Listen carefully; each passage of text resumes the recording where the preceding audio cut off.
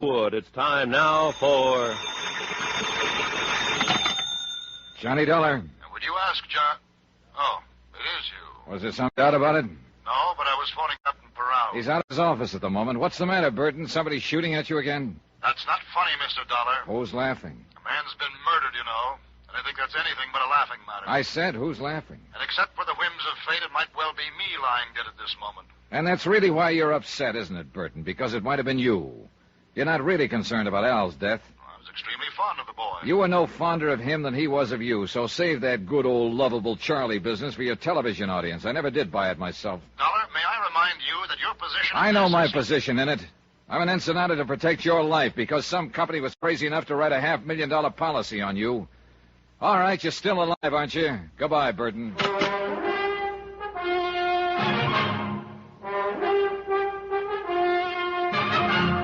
Tonight and every weekday night, Bob Bailey in the transcribed adventures of the man with the action-packed expense account, America's fabulous freelance insurance investigator. Yours truly, Johnny Dollar.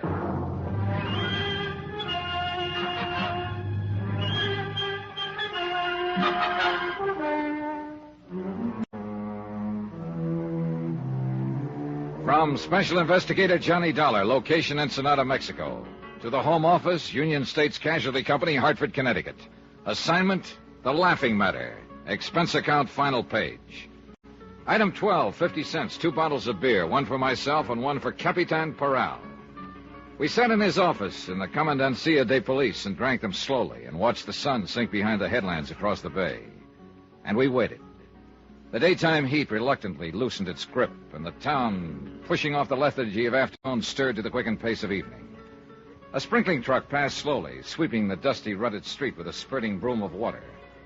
Gleeful kids ran out behind it and splashed in the puddles, squealing happily. Spanish squeals they were. The Comandancia off the tourist beat, and all the while, somewhere back inside the building, an autopsy surgeon worked on a corpse.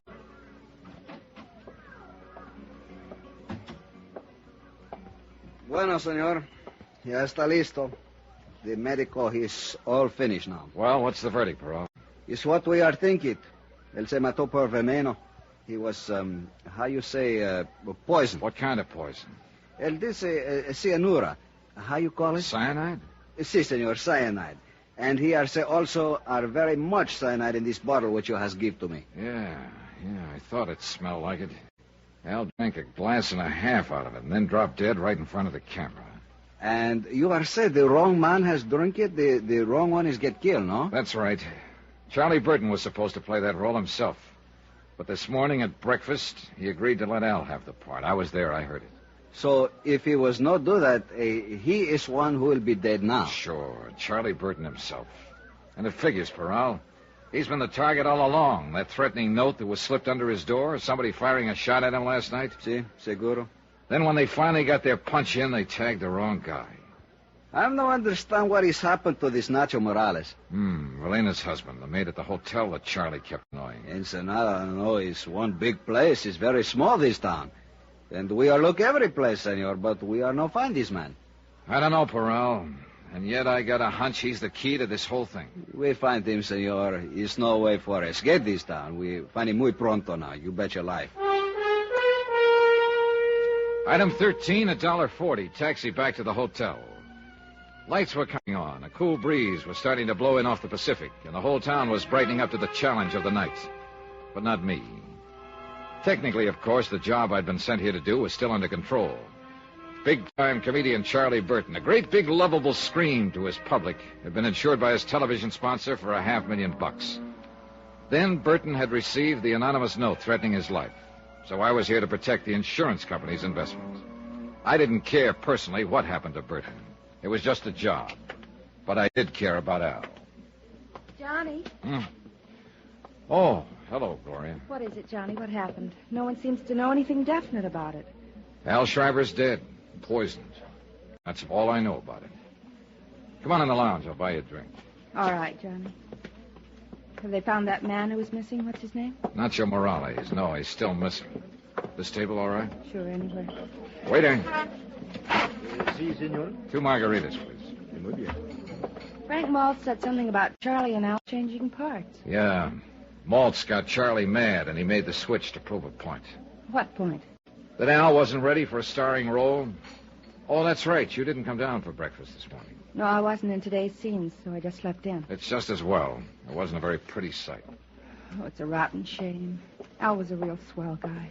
Con permiso, señora. Oh, here you are. Gracias, señor. Boy, the irony in this world, Johnny. What do you mean? Charlie Burton, who's been a rat all his life, makes his usual crude play for the maid here in the hotel, and what happens? Her husband hits back at the wrong man. Al gets killed. A kid who'd never harm anybody in his life, and Charlie gets off scot-free. I was with Captain Peral last night when he talked to the Morales girl, Nacho's wife. She doesn't speak any English, Gloria, and she says her husband doesn't either. Well, he wouldn't need to, would he, to pull a trigger or poison a bottle of Maybe wine? not, but he would, in order to write a threatening note in English. Oh, yeah, I'd forgotten about that. If Nacho's in it, he's not in it alone. And I've got a hunch he's... El teléfono, señor. Oh, thanks. Johnny Dollar. This is Capitan Parral, senor. What is it, Peral? We have just found his man, Nacho Morales. Good. I'll be right down. But, Johnny, do you think Frank Maltz might have... Not if he was after Charlie Burton. He knew that Al, not Burton, was going to drink out of that bottle. But didn't everybody know that? No, not everybody, Gloria. You didn't. Nacho Morales was sitting alone in the starkly barren detention room of the Commandancia. He was a small man, maybe a few years older than his wife. A field worker with gnarled hands and a bent back. He was waiting patiently, quietly, gripping the brim of his sombrero in his hands, trying to hide the fear, the terror that lay just behind his eyes. His eyes flickered slightly as Peral and I opened the steel-grilled door. And then he waited.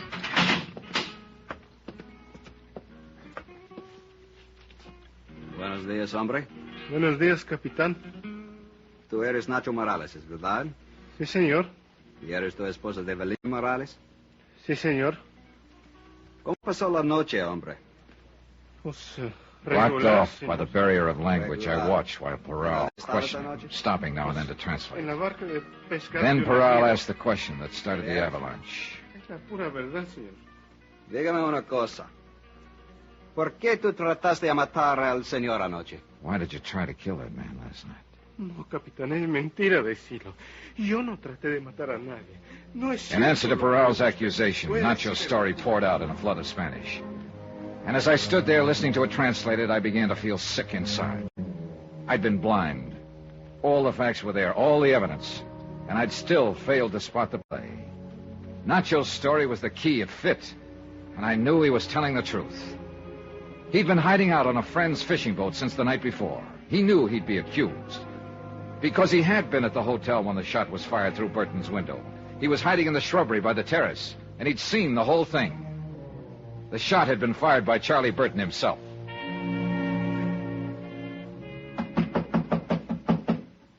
Who is it?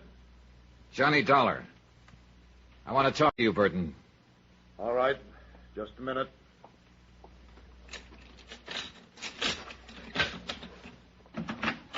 What is it, Dollar? Have they caught that killer yet? Nacho Morales, you mean? Yeah. Peral picked him up about an hour ago. I just came from there. Has he confessed? No, he hasn't. They ought to beat it out of him. That's the only way to make that kind talk. It is, huh? Sit down, Burton. I think you're due for a shock. What are you talking about? Nacho didn't try to kill you. Well, then who did? Nobody. Are you crazy? What about Al Schreiber? I suppose he's not even dead. Oh, he's dead, all right. You ought to know. You killed him. That was your whole plan, wasn't it, Burton? To kill Al Schreiber and get away with it. Everything else was a preliminary build-up. That's very funny. You ought to be on television. Well, there's going to be an opening soon. You wrote that threatening letter yourself. What? And then tore it up after Maltz had seen it so it couldn't be traced back to you. You get better all the time. You fired that shot through your window from the terrace there. More build-up. Then you made your play, that phony argument this morning. Oh, really? Switching Dollar. parts with Al, putting him on the spot, making it look as though somebody had tried to poison you and missed. It was fairly clever, Burton, but you're still going to be tagged for it. Does Peral know all this? Why don't you ask him? I'll be glad to step... All right, Dollar. Don't move. Get your hands up now. Real slow. Is that the same gun you used last night? You're wrong, you know. I'm not going to be tagged. Relax, Burton. There's no capital punishment in Mexico. You can star in all the prison shows. You're too smart, Dollar. You're like Al. And you know what happened when he got too smart. You have dropped his gun, senor. Paral. I started to tell you I'd be glad to call him that he was listening out there on the terrace. He's gone. You drop quick. No. Look out, Corral!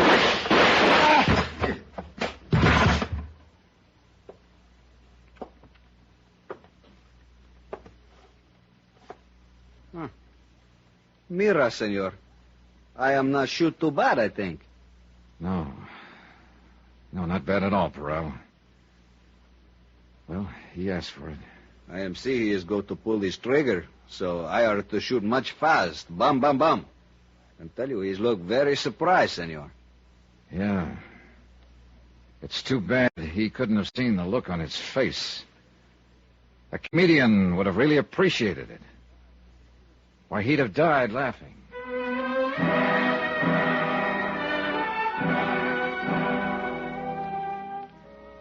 Item 14, $462.30. Hotel and miscellaneous in Ensenada and transportation back to Hartford. Expense account total, $791.55. End of account, end of report. Remarks? Ray policy on the life of Charles Z. Burton, deceased. Refer clause 34, subparagraph C, quote. If the insured dies while committing a felony, this policy is null and void, unquote. The Superior Court of Baja California rules that Burton was shot while resisting arrest and committing an assault with a deadly weapon. So you can keep your $500,000. Yours truly, Johnny Dollar.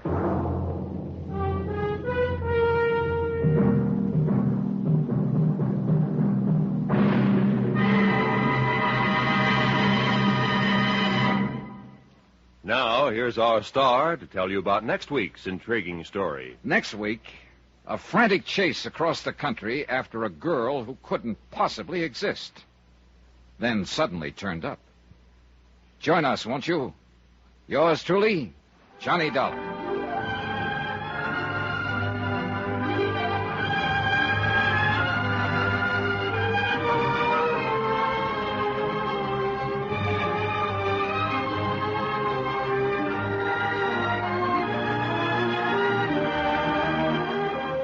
Yours truly, Johnny Dollar, starring Bob Bailey, is transcribed in Hollywood.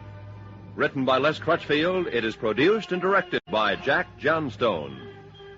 Heard in this week's cast were Virginia Gregg, John Daner, Lucille Meredith, Lawrence Dobkin, Gil Stratton, Harry Bartell, and Don Diamond. Musical supervision by Amerigo Marino and Carl Fortina.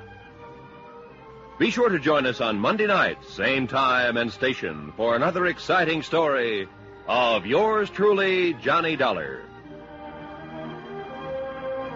This is Roy Rowan speaking.